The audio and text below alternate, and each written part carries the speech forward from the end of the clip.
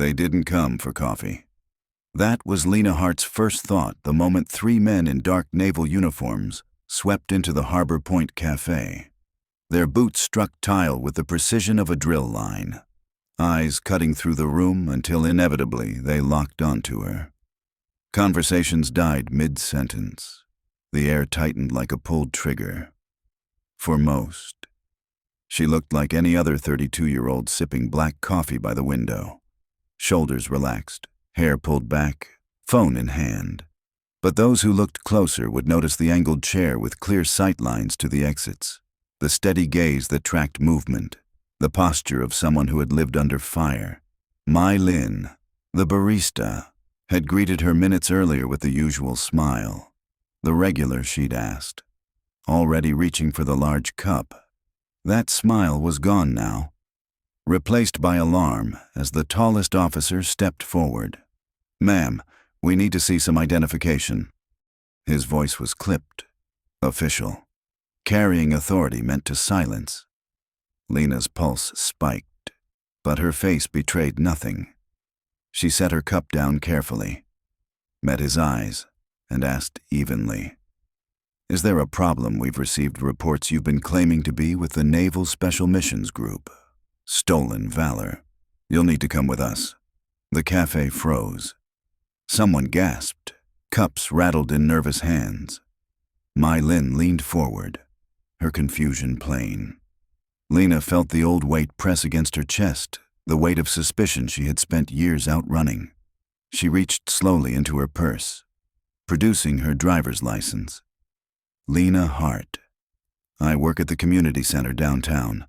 The petty officer scanned it, unimpressed. "Witnesses at Harbor Point Veterans Clinic say you told them you'd served with operators overseas. With all due respect, women didn't serve in Naval Special Missions at the time. Either you lied then, or you're lying now." The words cut sharper than he knew. Lena's jaw clenched. She remembered that day clearly sitting with her friend, a wounded vet, swapping stories among peers who understood the silence between sentences. She had never claimed a title she hadn't earned. But she had never denied the truth either. "I shared experiences," she said quietly. "That isn't impersonation." The petty officer leaned closer. "Impossible. So here's how it goes. Come quietly, or this becomes much bigger." Whispers rippled through the café. Mai Lin looked stricken. Neighbors stared with suspicion. The fragile life Lena had built at Harbor Point collapsed in seconds.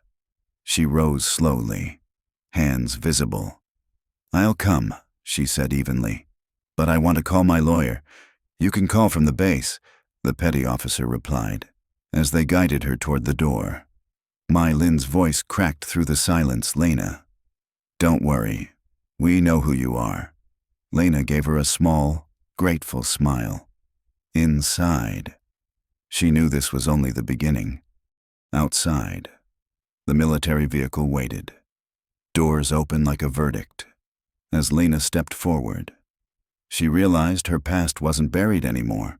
Someone had chosen to dig it up, and this time, she might not walk away unseen. Before we go further, where are you watching from? Drop your city or country in the comments. And subscribe to Stories Unseen so you never miss these hidden hero tales. The ride to Naval Station Breakwater felt like an execution march. Lena Hart sat in the back of the vehicle, her wrists free, but her freedom already gone. Through the tinted glass, she saw neighbors she'd known for years staring curiosity in their eyes, suspicion etched on their faces. Even the children at Harbor Park had stopped their games. Her mind raced. She had always known her past might catch her, but she had hoped it would come as recognition, not accusation. She had hoped to choose when to tell her story, not be forced into defending it. Up front, the master-at-arms spoke into the radio in clipped codes Lena understood instantly, the language of covert operations. By the time the gates closed behind them, her pulse had steadied. If they wanted a fight, they'd get one on her terms. The interrogation room was everything she remembered from NSMG debrief's white walls. A table bolted to the floor, chairs designed to remind you of power. But this time, Lena wasn't the one asking questions. Across from her sat MA1 Cole Ramirez, the one who had arrested her, and CMDR Evelyn Cho. A JAG officer detailed to NCIS, Cho's reputation preceded her sharp, relentless, unmoved by excuses. They had grilled her for 2 hours. Cho's patience frayed. "Miss Hart," she said, her voice clipped. "We've searched every Naval Special Missions Group database. Your record says Hospital Corpsman. Nothing else, so let's go through this again. Where did you serve?" Lena leaned back slightly, meeting her gaze without flinching. "My record is compartmentalized. What you're reading is a cover file," Ramirez scoffed. "Every fraud says that. Classified file." Her reply was calm. "Sometimes it's survival." Cho's expression hardened. "You do realize impersonating NSMG carries a federal sentence. Years in prison, heavy fines. This isn't a game. I understand perfectly," Lena said. "I also understand I've never impersonated anyone. I shared experiences with veterans. That's not fraud, it's truth." Ramirez's hand hit the table. "Then tell us about these missions." Lena's eyes moved between them, reading posture, tone, and intent as if they were combatants. They weren't malicious, just blind to truths above their clearance. "I can't share operational details," she said quietly. "What I can tell you is I served with distinction from 2011 to 2017. They called me Doc for my medical training. But I wasn't just patching wounds. I was on direct action missions, combat zones not found on any map." Cho scribbled in her file. "Impossible. Women couldn't pass NSMG selection. That was the policy. With respect." "Ma'am," Lena said, her voice sharpening. "That was policy. Wartime reality doesn't always match paperwork. Sometimes you need someone who can fight, shoot, and save lives. Sometimes exceptions are made." For the first time, silence pressed down. Ramirez leaned back, unsettled. Cho's eyes narrowed, reevaluating. At last, Cho flipped to another page. "The complaint against you came from Staff Sergeant Aaron Pike. He claims you told veterans at Harbor Point Veterans Clinic you participated in Operation Glass Lantern, a raid to eliminate Abu Sayyid al-Rahim." Inside, Lena froze. That name was a locked vault, spoken only by those who had been there, if Pike knew it. He had clearance or access he shouldn't. Her voice stayed steady. "Staff Sergeant Pike has an interesting memory. So you deny it," Ramirez pressed. Lena let silence hang, heavy as lead. At last she leaned forward. "You're asking the wrong questions. Ask instead why a so-called corpsman knows the language of raids. Why she carries herself like combat is second nature. Maybe your assumptions are wrong." Ramirez shot to his feet. "I've been in the Navy 15 years. I know how it works. 15 years is a start." Lena answered evenly. "I had 6 in active duty, 6 as a contractor, 12 years in the fight. I've seen things manuals never teach. The question isn't what I know. It's whether you're ready to believe it." Cho said nothing, but her eyes lingered. Something in Lena's posture, her precision, her steel, it wasn't adding up. And Cho knew it. Cho leaned back, her tone shifting. "Let's say, hypothetically, you're telling the truth. Then who could verify it?" Lena's lips curved, the faintest smile since her arrest. "You'll need someone with clearance high enough to remember me. Try Admiral Helena Ward." "How would we even verify something classified beyond our clearance, CMDR?" Evelyn Cho finally asked, her frustration breaking through the cool precision she was known for. For the first time since her arrest, Lena Hart allowed herself the faintest smile. "You'd need someone with the right clearance, the right connections. Someone who remembers a corpsman who could outshoot most of the troop and drag bleeding teammates out of the fire."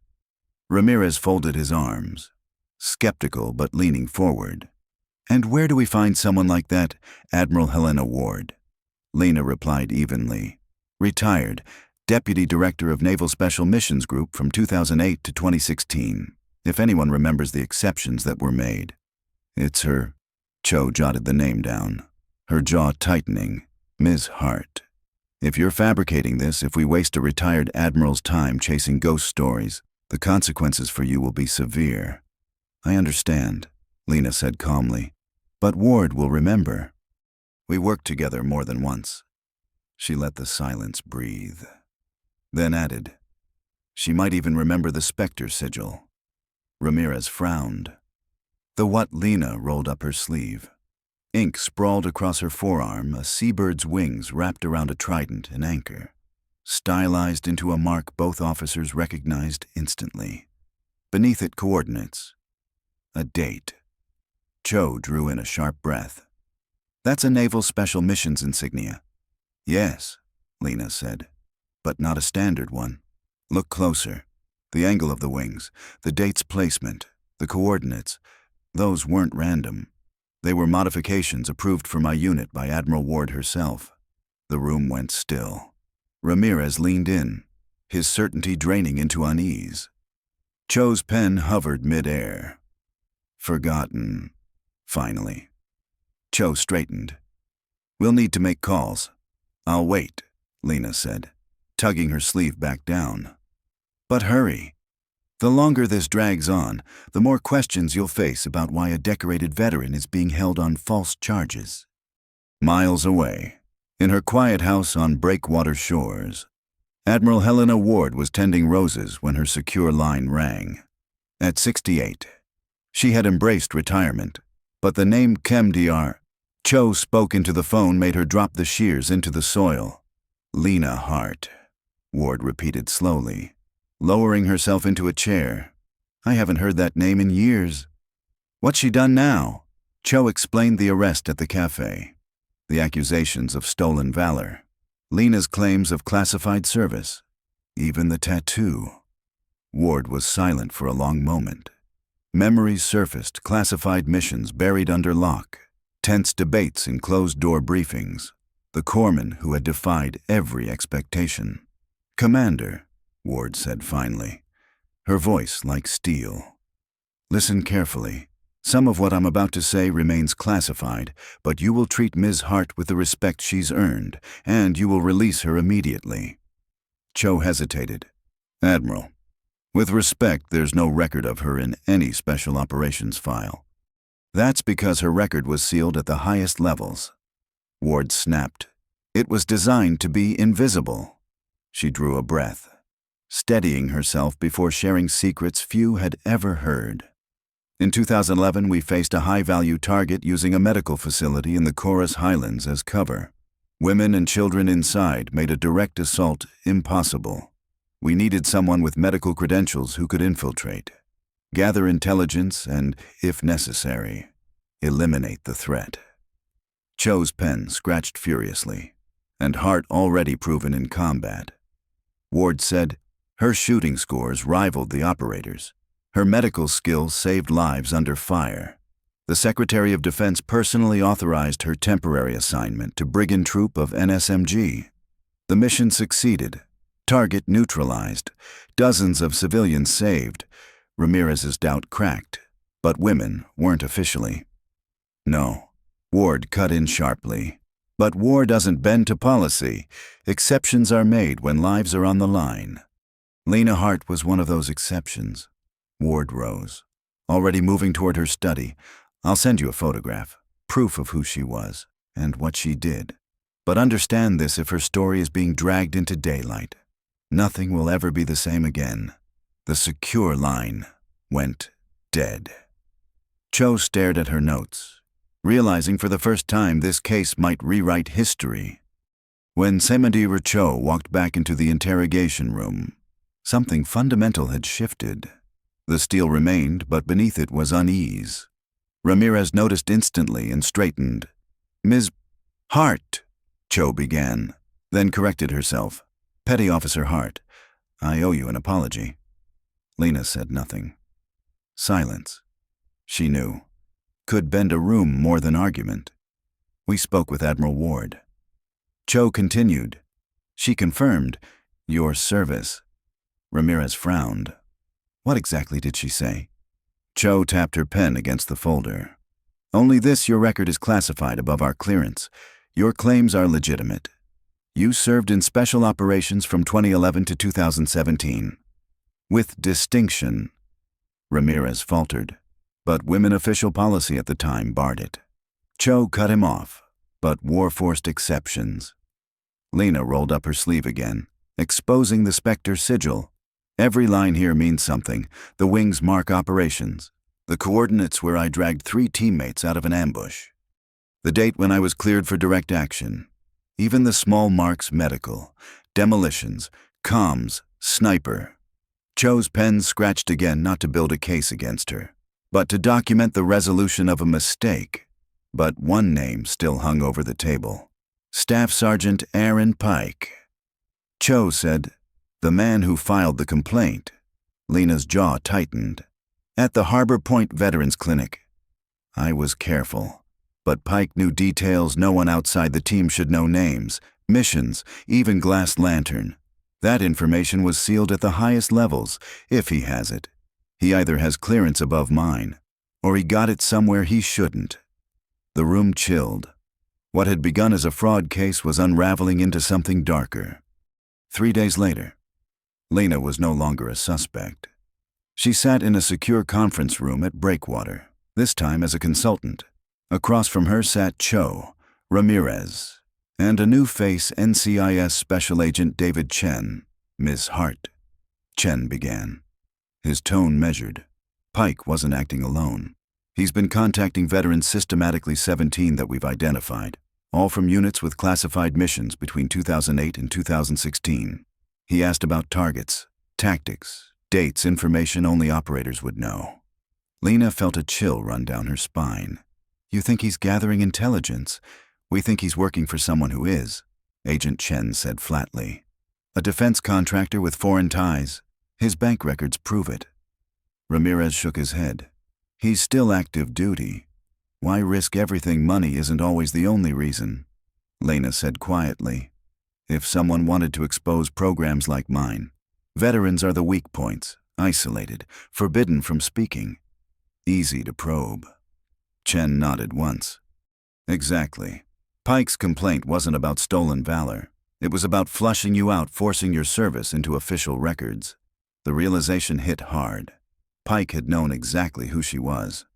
"So what's the plan?" Lena asked. Chen leaned forward, eyes sharp. "A sting. Reach out to him.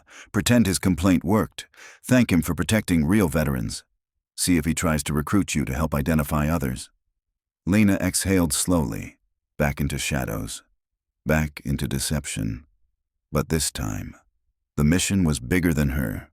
If he's careful, he'll sense the trap, she warned. And if his handlers find out, they'll accelerate. "We know the risks," Chen said, "but you're our best lead." Lena thought of the other 17 scattered, scarred, silent.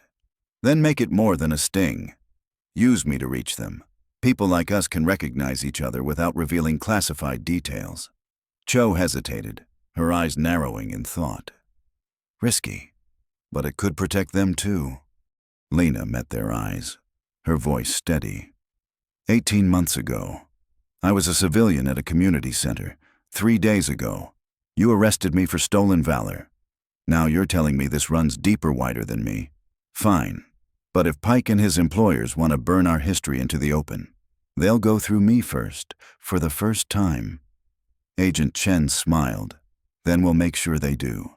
6 weeks later, the same conference room would be buried in files, photographs, and recordings.